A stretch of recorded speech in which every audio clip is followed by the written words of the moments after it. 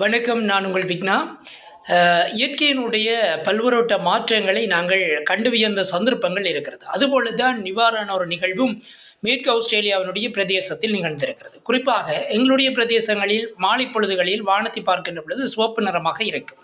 அந்த காட்சிகள், அந்த சூரியன் மறைகின்ற காட்சிகள் என்பது எங்களுடைய கண்களை விட்டு அகலாத நினைவுகளாக இருக்கும். அதுபோலத்தான் இந்த மேற்கு ஆஸ்திரேலியாவினுடைய பிரதேசத்தில் ஹார்பே, டென்ஹாம் போன்ற பிரதேசங்களில் வானம் முற்றுமுழுதாக சிவப்பு நிறத்திலே மாறியிருக்கிறது.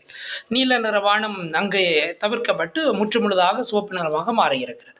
இதனுடைய காரணத்தை ஆராய்கின்ற பொழுது அங்கு இருக்கின்ற வாகனங்கள், சாலைகள் அத்தனையும் சிவப்பு நிறத்திலே மாறப்பட்டிருக்கிறது. அந்த மக்கள் வியப்பாக பார்த்து ஆச்சரியம் அடைந்திருக்கிறார்கள்.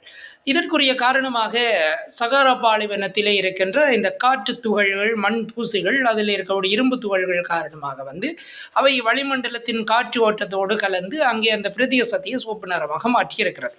இதுக்கு காரணமாக நர்லே என்கின்ற புயல் கிட்டத்தட்ட 250 கிலோமீட்டர் வேகத்திலே வீசியிருப்பது அந்த பிரதேசத்தினுடைய மாற்றத்திற்கு மிக முக்கியமான காரணமாக இருந்திருக்கிறது. இந்த செயற்பாடு என்பது, அந்த காட்சி என்பது மக்களை அச்சத்தில் உறைய வைத்திருக்கிறது.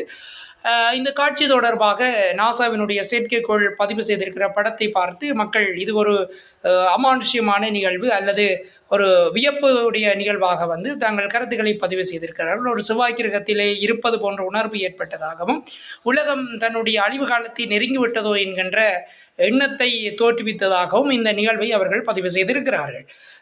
அவ்வாறான ஒரு சூழலை நாங்கள் பார்க்கின்ற பொழுது இந்த காற்றினுடைய தரம் என்பது அங்கு பாதிக்கப்பட்டிருக்கிறது. இதனுடைய பாதிப்புகளாக நாங்கள் உணர்ந்து கொள்ளக்கூடியதாக இருக்கின்றது. மற்றும் அந்த மக்கள் சுவாச ரீதியான பிரச்சனைக்கு முகம் கொடுத்திருக்கிறார்கள். ஏனையவர்களோடு சந்திப்பது அல்லது கலந்துரையாடுவது என்பது மிக ஒரு சிக்கலான சூழ்நிலையை அந்த தருணம் ஏற்படுத்தி இருக்கிறது. இது உங்களுடைய பிரதேசத்தில் மாலை பொழுது நிகழ்வாக நீங்கள் உணரலாம். ஆனால் இது உண்மையாகவே மேற்கு ஆஸ்திரேலியாவினுடைய பிரதேசம் நிகழ்ந்திருக்கிறது. இந்த காற்று மாசுபாடு என்பது வெறுமனே ஒரு வாகன புகைகளால் ஏற்படுகின்றதோ அல்லது தொழிற்சாலைகளால் ஏற்படுகின்ற நிகழ்வுகளோ அல்ல. இயற்கையாகவே இந்த காற்று மாசுபாடு என்பது உருவாக்கப்பட்டிருக்கிறது. ஆகவே இந்த ஒரு சூழல் உங்களுடைய எண்ணங்களை எவ்வாறு சிந்தனை செய்ய வைத்திருக்கிறது? இந்த பொழுதுகளை நீங்கள் சமூக வலைத்தளங்களில் இதனுடைய காட்சிகளை கண்டால் உங்களுடைய கருத்துக்களை இந்த காணொளி பதிவிற்கு கீழாக பதிவு செய்யுங்கள். உங்களிடமிருந்து விடைபெற்றுக் கொள்வது சங்கியோரின் விக்னா. நன்றி.